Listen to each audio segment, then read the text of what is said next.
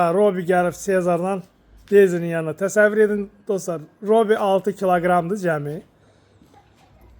Sezar 104 kilodur hal-hazırda. Daisy də hardasa 90'a yaxındır. 90 kiloqrama yaxındır. İkisi də 90 plusdur boyları. Bu da bunlara verir. Ha, qapını açmayın ha. Robi yer kangalları. Aferin Robi'ye, aferin Robi'ye. Ehtiyatlı olana kapı açılar, Robi yer kangalları.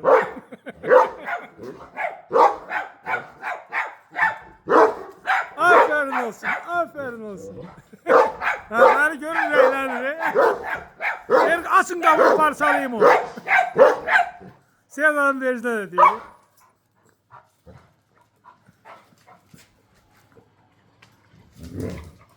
Maraqlısı budur, Sezar'a hürmür. Bu dişi gəlmədi deyə buna hürür. Sezar'dan dostdur da, Sezar'dan bratdır. Sezar'dan işi yoxdur, Sezar da buna hürmür. Bildik, başa düşdük vəziyyət nə yerdədir.